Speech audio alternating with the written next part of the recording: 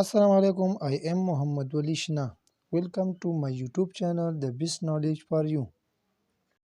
نن موږ راځو د ټیلرۍ یعنی د خیاطۍ یا د درزیتوب باره کې ویډیو جوړو. هغه کسان چې څوک ټیلري کوي، خیاطي کوي یا درزیتوب کوي نو د هغوی لپاره دا ویډیو ده او د هغوی لپاره پکې هر یو ټکي، هر یو الفاظ انشاءالله چې په دې کې موجود وي او د هغوی په انګلیش کې به یو بل ته خپل الفاظ یعنی ټکي جملې ویلی شي او خپلو کې به خبرې کولی شي د درزیتوب یا د خیاطۍ باره کې چې ټیلري ورته هم ویلی شي. د دې ویډیو موږ نه غوښتنه شوې وه، یو ملګري غوښتنه کړې وه چې موږ ته داسې یو ویډیو جوړه کړئ چې د ټیلرۍ یعنی د درزیتوب هر یو ورډز یعنی هر یو الفاظ پکې موجود وي. نو موږ د هغوی لپاره دا ویډیو جوړو، هغوی غوښتنه کړې ده. نو انشاءالله چې دې ویډیو کې به د ټیلرۍ باره کې هر یو ورډز انشاءالله چې موجود وي او تاسو به ترې ډېر څه زده کړئ. نمبر 1 سټیچینګ ماشین یا سیوینګ ماشین. دواړه صحیح دي. څوک ورته سټیچینګ ماشین وایي، څوک ورته سیوینګ ماشین وایي. د ګنډلو ماشین ته چې تاسو ته په دې تصویر کې ښکاري دې ته سیوینګ ماشین یا سټیچینګ ماشین ویلی شي. نمبر 2 سټیچینګ یا سیوینګ دواړه ګنډلو ته وایي. سټیچینګ ماشین ته وایي د ګنډلو ماشین او سټیچینګ ګنډلو ته وایي یعنی سلای کرنا. سیوینګ ګنډل دا ګنډلو ته وایي. صحیح شو. یعنی که تاسو یو جمله دې کې جوړول غواړئ یعنی داسې وایئ چې هغه کمیز ګنډي نو he is sewing a shirt یا he is stitching a shirt هغه یو کمیز ګنډي. نو دې کې تاسو ډېرې جملې جوړولی شئ. ځان باره کې هم جوړولی شئ. I am sewing a shirt, he is sewing a shirt داسې جملې پکې تاسو ځان نه جوړولی شئ. نمبر 3 آیرن استري ته وایي.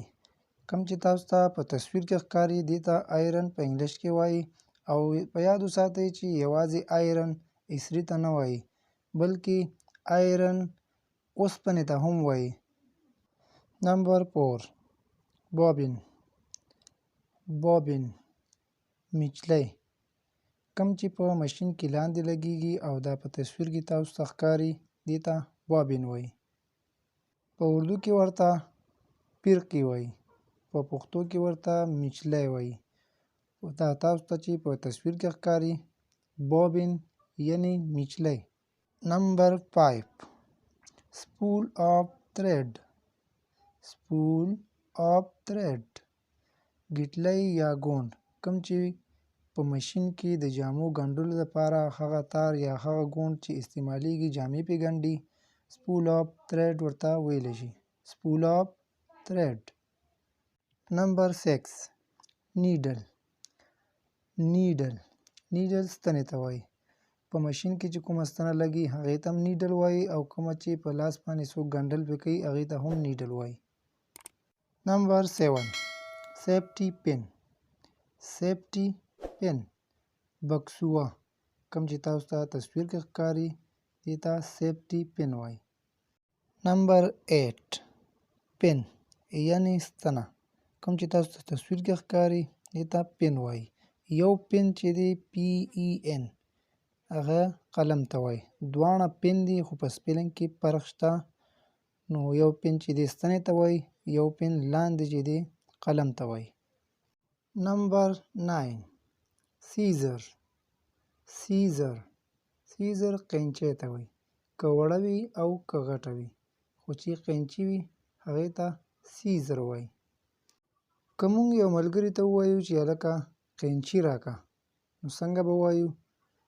ګیو می ا سیزر یو قینچي راکړه یا قینچي راکړه ګیو می ا سیزر.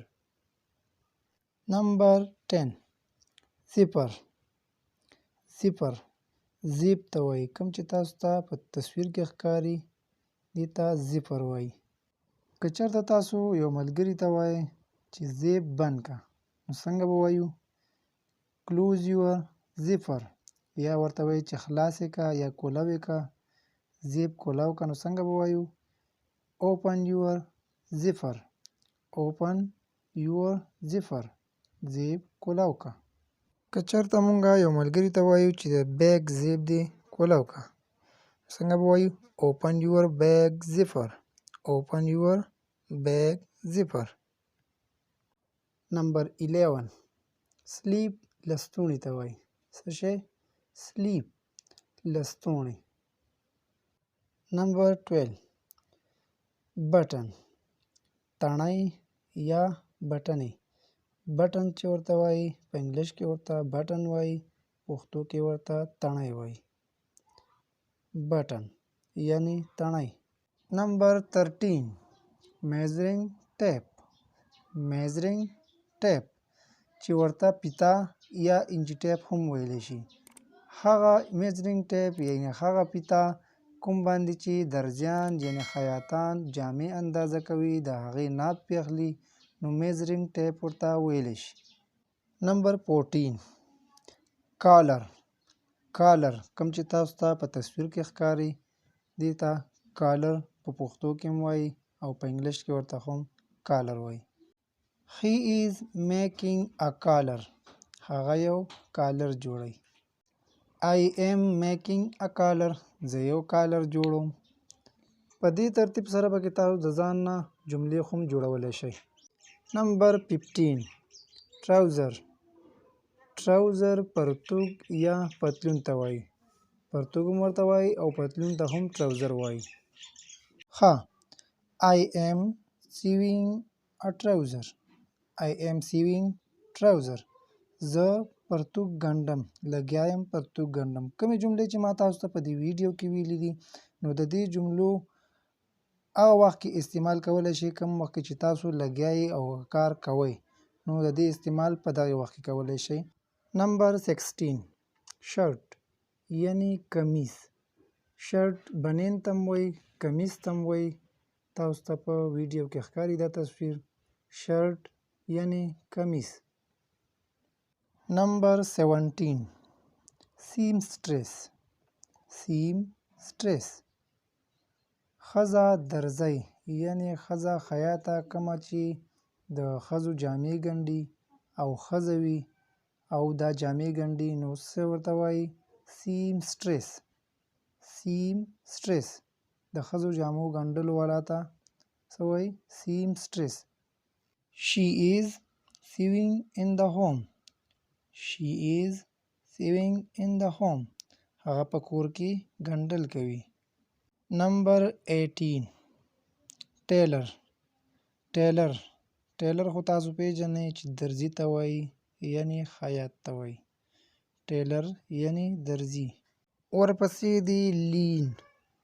لین ډډه وهل یا تکیه وهل یا دیوال ته سړی ډډه ووهي کورسۍ ته ډډه ووهي یعنی ستړي شي څه وخت کې او دیوال ته ډډه ووهي نو څه ورته وایي لین. I am leaning on the wall. زه دیوال ته ډډه وهم یا ما دیوال ته ډډه وهلې ده. ما دیوال ته ډډه وهلې ده. I am leaning on the wall. ښه ورپسې دی lay. خورولو ته وایي. lay یعنی خورول. که چېرته مونږ کپړه خورو د کټ کولو دپاره میز باندې کپړه خوره کړو نو څنګه به وایو I am laying the clothes on the table. I am laying the clothes on the table. ورپسې دی رینس. رینس معنا کنګالول. ځینې وخت کې درزیانو له ټیلرانو له خلکه داسې کپړې راوړي چې هغوی یې اینځي یعنې کنګالوي یې پوه شوې نو هغې ته څه وایي رینس. he is rinsing the cloth. he is rinsing the cloth. هغه کپړه کنګالوي. he is rinsing the cloth. هغه کپړه کنګالوي. sprinkle. sprinkle شیندل یا اچول. په څه باندې چې اوبه شیندې یا اوبه پې اچوې نو څه شی ورته وایي sprinkle شیندل. I am sprinkling water on the collar. زه په کالر باندې اوبه اچوم یا پې اوبه شیندم. I am sprinkling water on the collar. he is sprinkling salt on my wounds. he is sprinkling salt on my wounds. هغه زما په زخمونو باندې مالګه شیندي. هغه زما په زخمونو باندې مالګه اچوي. په دې سره زموږ دا ویډیو اختتام ته رسي. که زموږ نه په دې ویډیو کې کومه غلطي شوې وي، کوم کمې زیاتې شوې وي، نو موږ ته په کمنټس کې ووایئ، یا تاسو کومه ویډیو د څه لپاره غوښتل غواړئ چې ستاسو دپاره ویډیو جوړه کړو، نو موږ ته په کمنټ سیکشن کې ووایئ. انشاءالله ستاسو دپاره به موږ نورې ویډیوګانې هم جوړې کړو. که چېرته دا ویډیو هم خوښه شوې وي، نو زموږ د نورو ویډیوګانو لپاره زموږ چینل سبسکرایب کړئ. See you inshallah the next time. د الله په امان خوشحال او آباد اوسئ.